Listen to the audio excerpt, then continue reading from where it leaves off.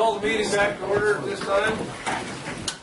And with that, we will move on to item, where are we at here? H4, I guess. So who's in charge of that one there? Richard, that's you or Pete? That's, I'm going to throw Pete to the wolves on this one. Okay. Bring the wolves. Good morning, Chairman, all board members. Okay, so we're here to talk about the progress report or status report on the courthouse modernization project. I know we have two new supervisors that have come on board since this project originally started. So I'll kind of go back in time a little bit and put a thumbnail sketch of how we got here. I apologize, Pete. Historic courthouse is important, so it's not confused by anyone in the public or media with the new Hall of Justice. That is a state building, and not the one we're talking about. We're talking about courthouse. Correct. So if I say courthouse, not throw historic in front of it, I'm still talking about the county-owned building that is the courthouse, the original courthouse here in the county. And yes, thank you for the correction on there. And it is the Hall of Justice. I make that same comment to people that mix those up on a frequent basis. So getting back to our schedule, the county received some certificates of participation money back in June of 2015 to allocate to three different projects, one being the full project, the cost share of the JPA and that. To go to the Riverside 2950 building, the old BLM, to remodel that, purchase and remodel that, and move some of the apartments out of some of our older buildings and work on our space planning needs, and also to do a modernization project at the courthouse square, which included both the historic courthouse and the admin annex, or courthouse annex over there as well. Shortly after that, December, well, moving ahead a little bit, we put out an RFP in October. We engaged with an architectural firm called Lionakis. We have them under contract beginning in December of 2015 to come and assess, look at the entire square there, do some due diligence on it just to see where we're at with both the buildings, space planning as well. Some of our initial focus was on trying to update the upstairs where the historic courtroom is. It's really not usable for anything right now. The DA staff is going to be moving out shortly when the 2950 Riverside building is completed as well. So we're looking at moving some staff around and doing some remodeling up there. So during the course of that focus, we needed to be able to get people from outside the parking areas through an accessible path into the building and up to that second floor. When I say people, I mean public to comply with the ADA, as well as our own staff on that. So the thought was that the courtroom could be remodeled to be used for the board supervisor's chamber there and other meeting functions, as in moving the admin folks into where the DA is currently occupying that as well, moving them from across from the annex building in there. So we did our due diligence, initial work, started focusing on the elevator project, what we need to be undertaking with that, did some budgeting.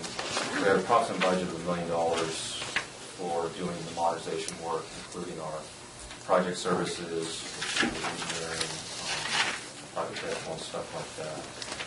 The project was moving forward. We're trying to move that concurrently with our 2950 Riverside purchase and remodel project there as well. We were having some hiccups with the 2950 on getting bids, and there were bids within a reasonable amount. So around June, we had a draft due diligence report submitted. And so we kind of went into, our department, Public Works, went a whole pattern, trying to get the 2950 dialed in and get that underway. So we were kind of holding on the elevator project and the modernization there as well, so we could get the 2950 dialed in.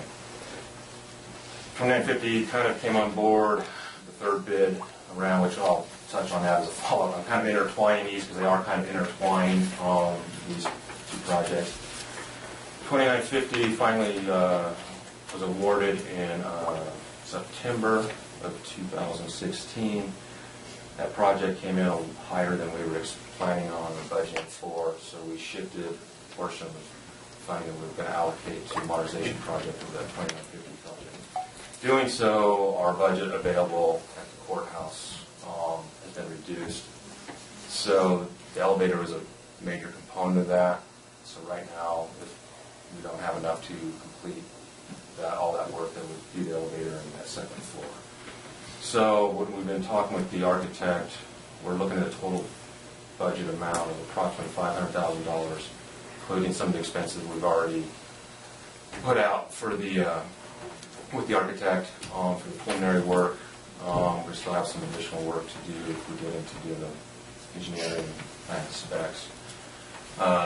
And it's going to be similar to what we've been doing with the one-stops. We recall a couple weeks ago with Mel Brawley, we were talking about those.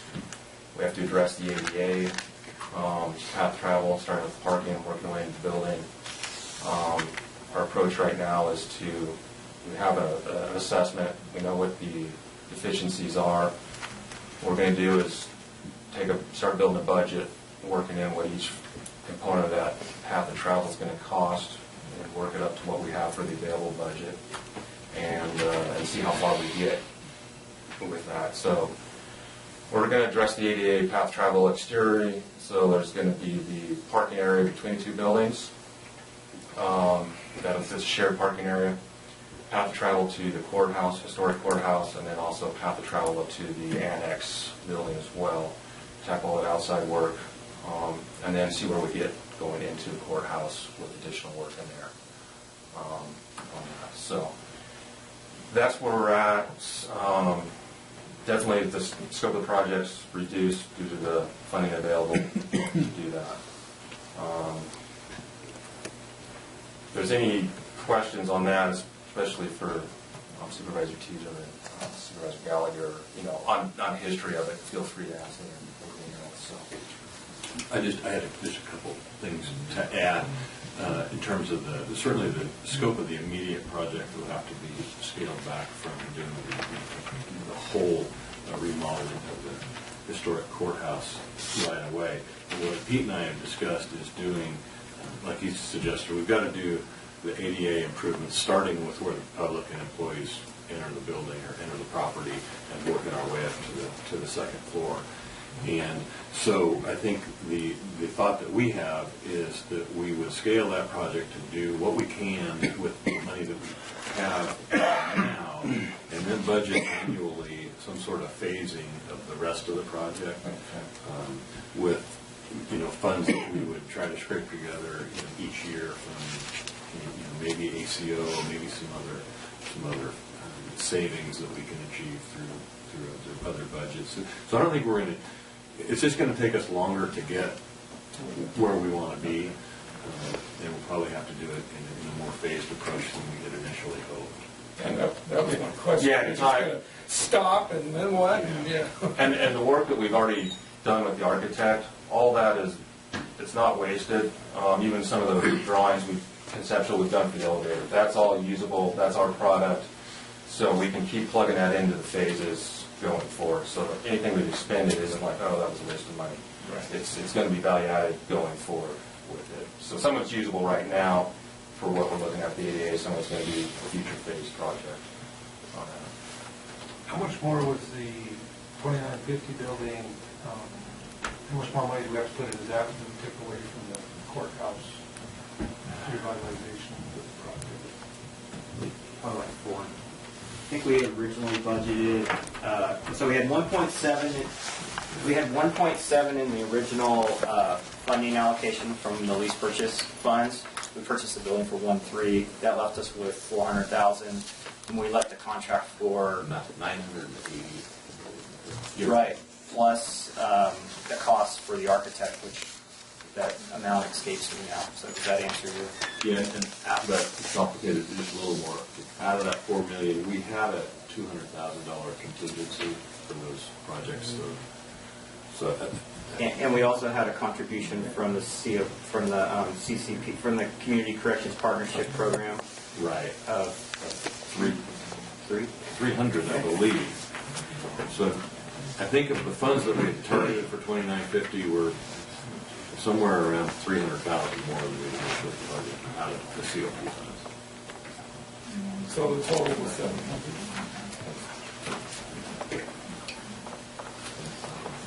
There's two things here. CCP is the Community Corrections Partnership, and that's the, so part of the improvements that are down there are attributable to that function, so we're leaning on that funding source for a portion of it. And then the COPs will be the debt that we issued in order to complete the project. So the total project down there is going to be between 2.1 and 2.2 million, the entire project when it's completed. How are we doing on that, Pete? That's the next item. That's the next item, so I can either jump in that or if we want to. Well, and how much are we going to end up spending on the courthouse then? Right now, what is left would be 500,000 plus the, and help me, Tony, the contingency of 200,000, would that be included in that? I think we mostly spent that, Pete, in On the other tax and So engineering. 500,000. 500,000 is hard line project. And you're going to, I'm sorry. And we have already spent some, like Yes. in addition to that, with the architect. And we're going to start in the parking lot, as I understand it, for ADA compliance issues, and then start working from the parking lot, building itself. That's our recommendation, just based on the ADA laws. Yeah. If there's a hierarchy, you don't want to improve a I've used this example before. You don't want to improve a bathroom if you can't get to the bathroom. So you start with outside of the place. That was our concern when we started this thing, is all the ADA compliance regulations that we weren't compliant with in most of our older county buildings. And that's what kind of started this thing in a way. You know, and I was just going to say, you know, H4 and H5, I mean, they're both The same thing. receive report, but they're two different things, but yet they're so intertwined. So I think if you want to, I don't see why we can't have both of them at the same time. No, that's fine. I just didn't know if there's any specific questions or how you want to. And then when it kind of goes, we talk about one to come back to, just like Tom started to have a question. So we'll just keep right on going. All right. So so there's a question out there, 2950, where we're at with that. So we started that construction, well, the project was awarded September 23rd. Hit the ground officially on November 29th, or approximately 60 working days into that job, for a total of 80 working days. Right now, the steps, we're on schedule with the schedule that we've been built. Everything has been framed, sheetrock, tape textured. They're currently painting right now. So all the rough plumbing, rough electrical, everything rough is done. So now we're to the finished plumbing. So the painting, I'm thinking they're going to probably be done by the end of this week. I think they're a little bit ahead on that when I was talking to painters yesterday. So after that, we're going to have finished electrical, flooring. There's a little bit of plumbing, finished plumbing there. Doors, some miscellaneous windows, interior, stuff like that. So it's rolling good. We have the outside side work, which is some security fencing, a security gate, and everything. I'm actually meeting with them to discuss that. When the river came up, did it threaten that building? No, the river, it's a good question. I think everybody's, I checked it several times. We were kind of keeping an eye. Well, I was concerned today. I was down there 10 o'clock, and the river was, I checked it at 1 o'clock before I had to head over to Reno for an appointment and come up about 3 feet. Just in that short thing, it was. A 2-hour time frame? Yeah, it was one of those things like, okay, so, we got back down. I just had my guys check it. I went and checked it. So it got roughly, I would say I'd have to go another 2 feet to get to the doors. But by then it's out of the banks, and I don't know where it would go. And at that time it was already flooding there at the Taco Bell Safeway area. That's where it's going to go. Yeah, I think if that building gets flooded, there's a lot of, Other things the are- Walmart's probably gonna be in some issues there and stuff. So I guess the good thing was like, it would take quite a bit more. And then sandbagging wise, we don't have a lot of entrances, so I think we strategically could actually get a little bit more water if it was lapping at the building. But that wasn't, it was interesting because it was out of the bank a little bit, kind of between the old building and the newer building next door, the offices there, I think the banners and stuff. The trail right there has got a little dip in it. It was kind of up in the trail. The water was kind of splashed up in that because there's a curve in the river. I think it was curves where the water was pushing out and kind of rising up. Right out behind our building there, it wasn't quite out of the banks. The trail was still dry and stuff. So it didn't start working towards the building. It was right there, but so it is. I think we're still. It was a good Let's test. make 500 years in. It was a really good test. Yeah. And then I think if we're in trouble, like I said, everybody's in trouble down there. So that's the schedule. And also, back to your schedule question, we're working with the different departments, working on a move-in schedule. Yeah. That's going to be interesting too, but we're getting all our input. We're trying to move forward departments. We're trying to allocate the entire month of April. Trying to set aside a week for each department to move them in there. Each department's got different needs. Child support services. It's just basically it's a state-funded agency. A lot of state involvement with their IT folks stuff and trying to coordinate that. So there's a lot of coordination going on there. Is there still going to be staff in that Roosevelt building? My understanding is somebody correct me if I'm wrong, I think they're mostly all coming out, because once child support vacates their current building and moves in, then the HSS can start shuffling their folks around. That's the case. Once Child Support Services is out of that building, Health and Social Services will take over that lease. And move Oh, people out of okay. those. Okay. That's the plan. How many change orders do you have now? We have approximately, about 12. Nothing's, some of them are credits. We've got some pretty good credits. For example, like we had this fire quarter issue with the hallways in there that required some extra framing. We were able to work through that after award with the building department, clarification on that. So that was a pretty good What kind of deletion. extra training do you have to do? Originally, they were based on the occupancy and the number of people in there. You had to have a fire corridor, so the exiting corridors had to have this extra sheet rock in it. Basically, it was 1 hour fire rated, so you could exit the building if there was a fire. Based on the existing construction there and the occupancy type of the building, we were actually able to delete that. It was something we had kind of came up through our first bid, or second bid, and we continued working on that and trying to really dial that down with what we had with the code and everything. So we worked with the building department and then Will then use the contract to basically see what we do or whatever, building official, so be on that. So that was one of the things that we were able to delete out of it. There was our mechanical, our HVAC mechanical, and that was one of the biggest expenses of the line item out the project. So we've been trying to massage that all along as far as value engineering it. So we have some deduct there, so that those are the change orders. And we have things like if we want an extra outlet or an extra data drop after, once the departments went in there and go, oh, I think I want a desk there. We're trying to just, okay, well, we'll throw that in while we're doing it.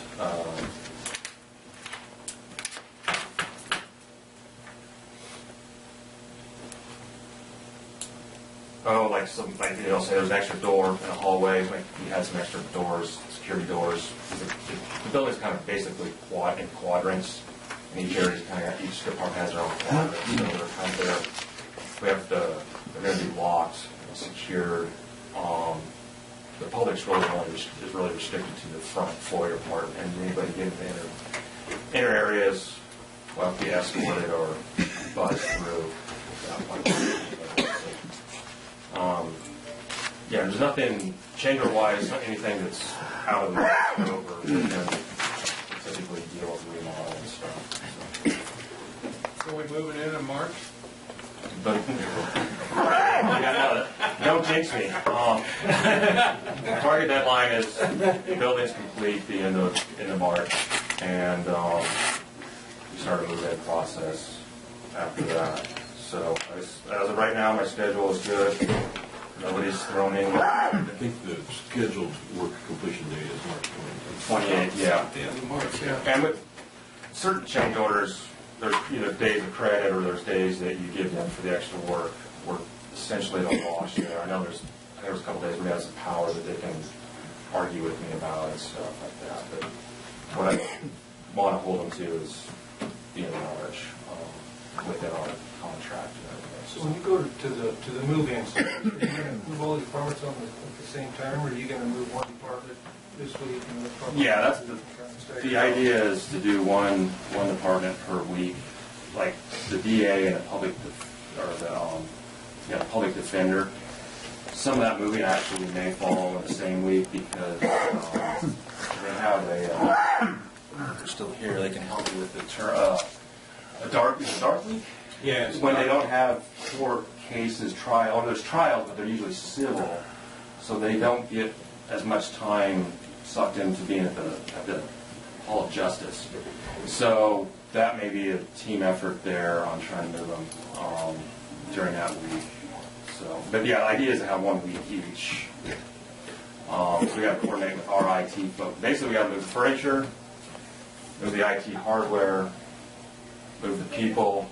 We got to leave everybody a couple workstations live at the old location, get them live at the new location, and then down the old location and bring over the last couple workstations. So it's kind of a lot of work in a couple days with everybody to do it. So trying to build a little bit of flexibility in there if we do have hiccups somewhere and move them. Part of the that at least certainly I didn't anticipate, and I don't think Pete fully anticipated, was his role in dealing with all these individual departments and department heads that, have this ongoing remodel going on. What if we did this and what if we do that? And I want this and I want that. And guess what? I need you. Pete's definitely developed his mediation skills and his Quite the diplomat. I'm hoping that the public defender and the DA don't litigate in the hallway when they're trying to move in. But he's done, I think, a remarkable job at trying to accommodate the desires of all four of the departments and try to stay within the budget. Didn't quite anticipate all that. Maybe Pete did. I didn't. Well, it's just, with a project that big, you really got to kind of have one, and you're not trying to be a control freak, but you have to kind of wrestle all that into your lap at a certain point, or things get missed. And maybe that's partly what I'm trying to catch up on from way back when we were going through the first two bids. Some of that stuff I probably didn't worry about so much then, but now the time's here, so you're planning to catch up on some questions that maybe you could address soon. I can say that we moved the DA's office out of the historic courthouse for a 1 week period, probably 2008 or 9, so we could get new carpet because we ran out of our ability to put new duct tape down to cover the rips. Anyhow, there's much more to that process than you might imagine. While still continuing to try to function, just moving people out, the old desks sometimes fall apart. Then, if one group gets stalled or slowed, the remainder of them will as well, unless there's some contingency in there. But there's more to it than just saying, you worked here today, you work there tomorrow. How many employees are involved in this? Sorry, never mind. That's a good ballpark number. I was gonna say 15 each, just average each department. And when the building's totally staffed, how many employees will be in there? That's what I think roughly the count will be. About between 55 and 60. So you have 60 problems. No, I 60 assets. no, everybody's, Trying to mitigate those assets. no, it's, well, it just comes up, you deal with it, trying to balance your No, I budget know. versus I know. needs, and is it more cost effective to do something now versus wait 2 years sometimes when you got a crew there, type thing. Is there more questions?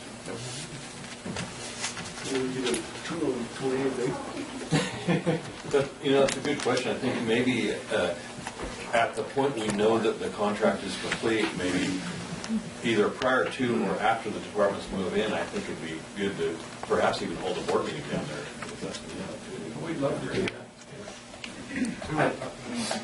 I think you probably work in it, maybe you work while the work tour in, because now you can actually get the feel. I mean, yeah, there's the floor's bare concrete, the walls are up, you see how the space is going to lay out, and get a feel for it. Because even taking the departments through when it was framed up, once the sheetrock went up, and they Looks brought it back different. in, yeah, then they go, oh, okay, see how this is going to work, or Yeah. so. Perhaps I'll Yeah. work with Pete. Yeah. If March 14 looks like a good day to tour, maybe we would agendize that in the afternoon to take a walk through. Yeah, it's completely different than last time we toured it. You have a question? Yes, can I ask a question? Yes. I don't want to interfere in I anything, don't but think it's in the record. my name is Iona McCain. I just want to ask him a question on me. I know that change orders for a project. And if you don't get all these groups together and set them down, somebody can come along and say, general contractor, it's going to cost me $30,000 to tear all this out, and replace it. This is really kind of out of hand. It's not your mistake or anything like that. But boy, you need one person that is organizing all these guys, because you rip out that floor there. I've seen a project, a subdivision go down the tubes because the general contractor was arguing with a subcontractor, and they went and put in a whole new sidewalk. It should have been 5 feet wide, and they did 4 feet wide. They tear it all out. It made that project go like $50,000 over budget. And I hope that you can get this a little more concise. Okay? Is it there already? Yes. Okay. There's a process you go through for the change orders. We have what they are, their numbers, you firm all that up, everybody signs off on it. With this project, there was things that we had, if the electrician's there, yes, here's a verbal, go ahead, put a new outlet in there. And that would be relayed between the general contractor, myself, and the architect. Okay, here's what we did today, here's the change. And then after all those changes are made, here's what they all are electrically, or here's another light fixture. That all goes in there too. So that all tracked, costs are put to those changes, and then everybody signs off on it. Pete's very familiar with the change order process. But to be clear, we're within the scope of the project. We are, Any change orders that were affected were minimal and only came up as we were going through the process, correct? correct. Excellent. And we're not over on anything, over the total project scope. Excellent. Good. So there's places where, we had some different discussions on flooring Okay. in there. Thank you. So, I had a couple minutes, or a minute or two, I don't know if we want to call it Chattanooga or not on the courthouse, but if we had moments when we were done with the Riverside building, we want to talk about it. Sure, we just kind of combined the both. Yeah, that's what I just wondering. To me, the courthouse has a value to it that's beyond its efficiency or the rate at which, that's what the Riverside building is. If you think about it, is an attempt to use economies of scale and efficiency so that the county doesn't pay as much over time. But to me, when we look at the courthouse and a lot of the old buildings and structures that we have in our area, we're going to have to start making some decisions as to which one of those we want to keep. And when we consider them, you consider something like the courthouse, which is 100 years old. It has stood through the end of World War I, it survived the Depression, World War II, and the list continues on. And its value represents the continuity that we get from having a county government. It's the point of celebrating the 105th anniversary that we just did. It's the point of celebrating the